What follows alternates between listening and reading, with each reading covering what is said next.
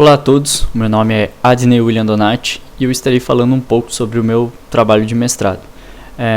Então, meu trabalho ele trata da caracterização do tráfego de rede no domínio de controle do OpenStack, produzido pela mudança de estado de máquinas virtuais. O professor orientador é o professor Charles e o co-orientador é o professor Guilherme. Então, trazendo uma breve contextualização aqui sobre o tema.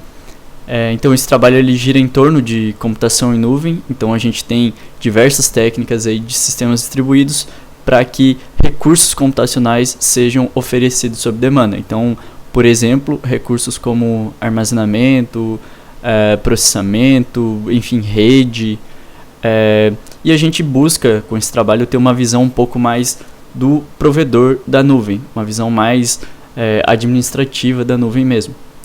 E existem diversas pesquisas aí que trazem, que levantam esse ponto da infraestrutura da nuvem, só que eles acabam trabalhando mais do ponto de vista do usuário. Então a nossa ideia é trabalhar mais com o ponto de vista do administrador da nuvem, do provedor mesmo.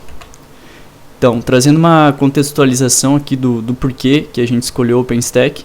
O OpenStack ele é um conjunto de software e ferramentas open source que são utilizadas aí amplamente para a implantação de nuvens computacionais, sejam elas públicas ou privadas. Ele é o responsável então pelo controle, pelo gerenciamento desse amplo grupo de recursos computacionais que vem a ser a nuvem, né? E ele tem um diferencial, eu diria assim, que é essa separação de funcionalidades em módulos. Isso torna a implantação de nuvens OpenStack bastante flexível e bastante customizável. Eu trouxe aqui essa figura da organização básica do OpenStack, então a gente consegue ver que são diversos módulos trabalhando conjuntamente para que a gente tenha acesso a uma máquina virtual, ou então algum container. O OpenStack também tem essa possibilidade de trabalhar com container. Então a gente tem aqui, por exemplo, o módulo Horizon, que é um módulo que fornece interface gráfica para o usuário. Essa interface gráfica ela é, na verdade, uma interface web. A gente também tem aqui o Neutron, por exemplo, que é um módulo que fornece conectividade aí por toda a nuvem. É um módulo cujos serviços que estão em execução são serviços de rede, e a gente tem diversos outros módulos ali. Então, o objetivo geral aqui do meu trabalho é fazer essa caracterização do tráfego de rede administrativo do OpenStack, e esse tráfego ele é gerado de acordo com alterações de estado nas máquinas virtuais. O que a gente chama de um ciclo de vida induzido nessas máquinas virtuais. Então, para isso a gente passou por diversas etapas que podem ser consideradas como objetivos específicos, né? Entender o funcionamento do OpenStack, como que estão organizadas as redes dele, os serviços dele, identificar qual a arquitetura base que a gente pode utilizar para fazer uma implantação do OpenStack. Aliás, são diversas arquiteturas que podem ser utilizadas, mas qual dessas arquiteturas a gente vai escolher para executar os experimentos aqui. E aí então fazer uma coleta de dados, né, fazer uma coleta desse tráfego na rede administrativa, analisar e por fim caracterizar esse tráfego.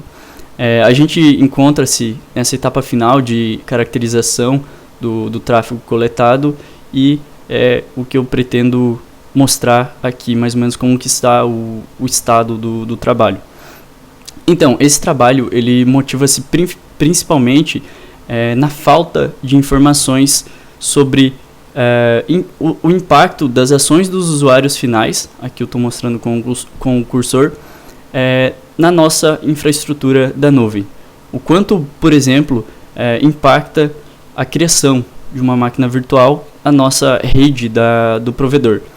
Então, a gente tem que ter uma noção de que não é apenas um usuário que vai estar criando uma única instância de máquina virtual. São diversos usuários utilizando a nuvem ao mesmo tempo. Então, será que isso tem algum impacto negativo na infraestrutura da rede da nuvem? Será que tem como melhorar isso? Enfim, A nossa motivação aqui é essa falta de informação do impacto das ações do usuário final no provedor da nuvem. Eu trouxe aqui uma imagem para mostrar como seria uma configuração de rede padrão do OpenStack. Essa configuração de rede aqui é sugerida pela documentação do OpenStack, então a gente tem divisões aí que são feitas de acordo com políticas de segurança.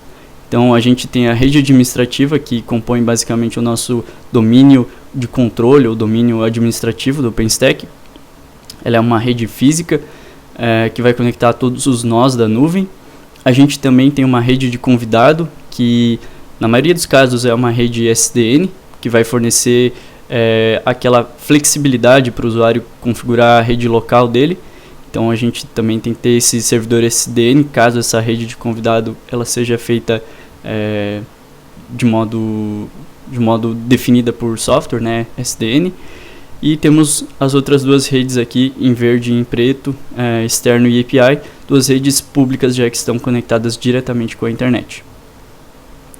Aqui é a nossa arquitetura escolhida para a implantação do OpenStack. A gente chama de uma arquitetura mínima para executar esses experimentos.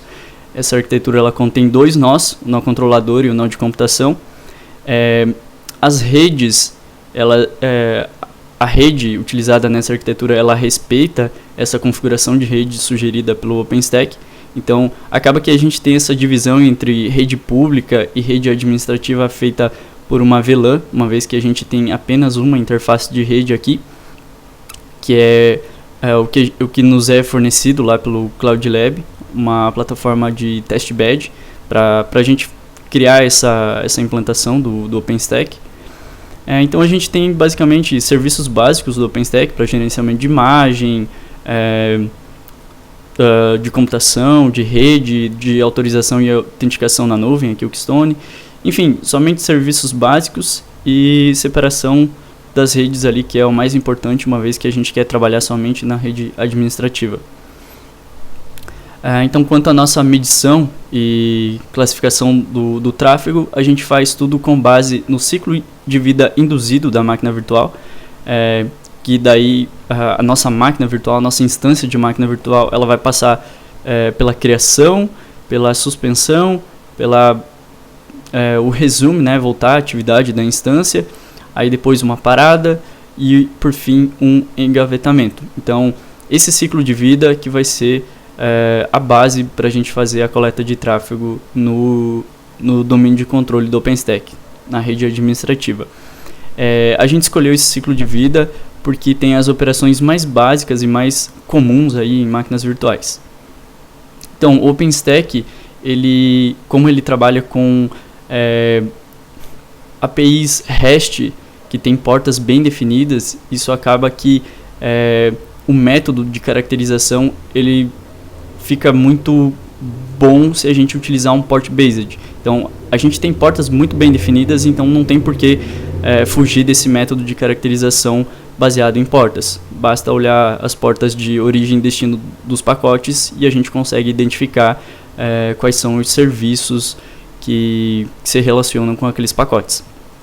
Então, acaba que a gente é guiado para uma caracterização com método baseado em portas aqui, só que por conta da existência do nosso serviço de mensageria do OpenStack lá, que é o RabbitMQ, que implementa o AMQP, que é um protocolo de Advanced Message Queue Protocol, um protocolo para gerenciamento de filas, acaba que essa caracterização baseada em portas não é tão aplicável nesse cenário aqui, porque a gente tem chamadas RPC assíncronas e toda essa questão de portas bem definidas vai morrer basicamente aqui. Então a gente está nesse ponto aqui da necessidade de uma ferramenta que lide com essas chamadas RPC e por isso o status atual do nosso trabalho é a implementação dessa ferramenta. A gente já tem alguns dados coletados ali, mas precisamos trabalhar com essas chamadas assíncronas do RabbitMQ, uma vez que a nossa caracterização port-based não se aplica nesse cenário. Então, a nossa ideia é monitorar as portas do RabbitMQ no nosso controlador, no nosso nó controlador. Então aqui a gente tem a porta 5672, que é do RabbitMQ, e a gente estaria olhando lá no nó controlador, por exemplo, sei lá, com LSOF lá do Linux, para identificar quais são os serviços que estão conectados àquela porta. Então a gente tem usuários aqui dos outros módulos que acabam acessando aquela porta, e aí com um identificador de tempo, com um timestamp ou algo nesse sentido, a gente poderia assimilar essas informações com os dados de tráfego, com os pacotes de tráfego.